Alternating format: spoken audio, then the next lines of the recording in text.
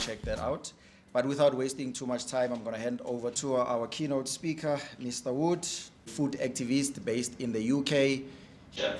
And the transition it took for me to mentally go from the place of comfort, living in the city with this food, to living in nature and understanding that when you eat nourishing food, you don't really need to eat as much. It's really what the calories and the fuel is made of. The herbs, the fresh stews. I was glowing. I very rarely got ill. I was strong. I was solo traveling, so it was important for me to stay strong.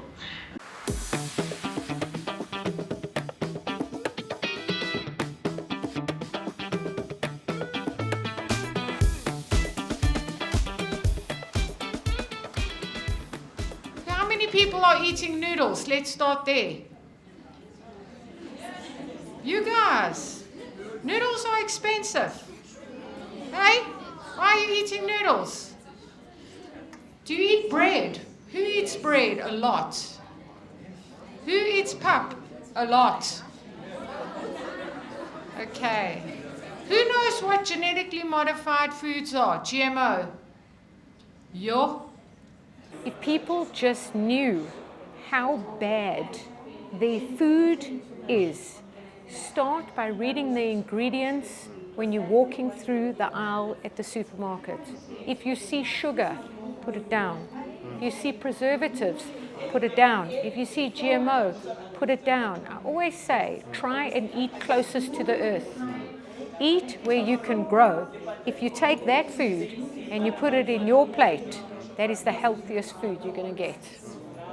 I hope by the end of my talk you'll be doing 5 things. 1, you'll definitely go home and grow your own food with your parents and your grandparents and your community. 2, you definitely will not eat GMO pap. What about sorghum, guys? Hey? Mabela. Who eats mabela? So why can't you swap? To take information, I always say to my students that I can teach you how to grow food and I can tell you everything I know, but you have to then take that and put it in your environment, because your environment will teach you things that I can never. You learn your environment, and in fact when you grow a crop in an environment in which you live and you harvest that seed is more adapted to grow in that area than if I give you another seed out of a packet. So it actually acclimates to the area. So learning how to grow in your environment, whether it be on a pot, in a tire, in the ground, wherever you are, it's very important for the person who's involved in growing in that environment to learn their environment. What you can do in your area, I can't do in mine. And by that way, we can share information. That's why I said tap into your communities, the older people who grow, they know stuff. We need to learn more from them. Yeah. And interestingly enough, food security causes trauma. The lack of food causes trauma. If you know from your home, from your extended family, from your childhood, that is trauma. Right, so. Food security is a big thing globally. When I say globally, I mean in South Africa, but I think that bringing it down to the microcosm of the universities and schools is actually where it should start. Because I think outreach, I almost want to say, is for the government in terms of the rural areas. In terms of people taking responsibility for their health and wellness, that is definitely something that can be educated through actual doing the gardens, like in schools or universities, taking that knowledge to their communities, and to generally share the knowledge to everyone. As I mentioned, food secure people are also undernourished. They also have to learn about growing their own food, not eating genetically modified crops. So there are so many different things that can be focused, and a lot of it can be implemented in an area, an education area like university or schools or even nursery schools.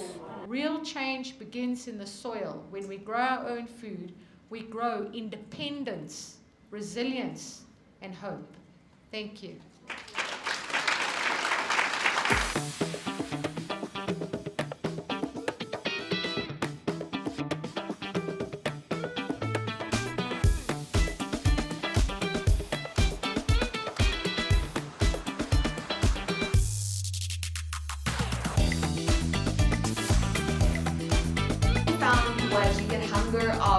the stomach and hunger of the mind. So traditionally, hunger of the stomach would be where your food parcel response would come in. So it would be a thing like a lack of access to food, a lack of access to healthy food, and that's all well and great. And a lot of our short-term responses like food parcels respond to hunger of the stomach. But then hunger of the mind is sometimes a bit more left out when it comes to the conversation. Hunger of the mind would include things like financial literacy. So maybe you are a funded student, but where do you start with budgeting? Or how do you even budget on a NSFAS budget? Another thing is bulk buying. So again, you might be getting enough money and you might be making it stretch well, but how can you incorporate something like bulk buying into the way that you deal with food?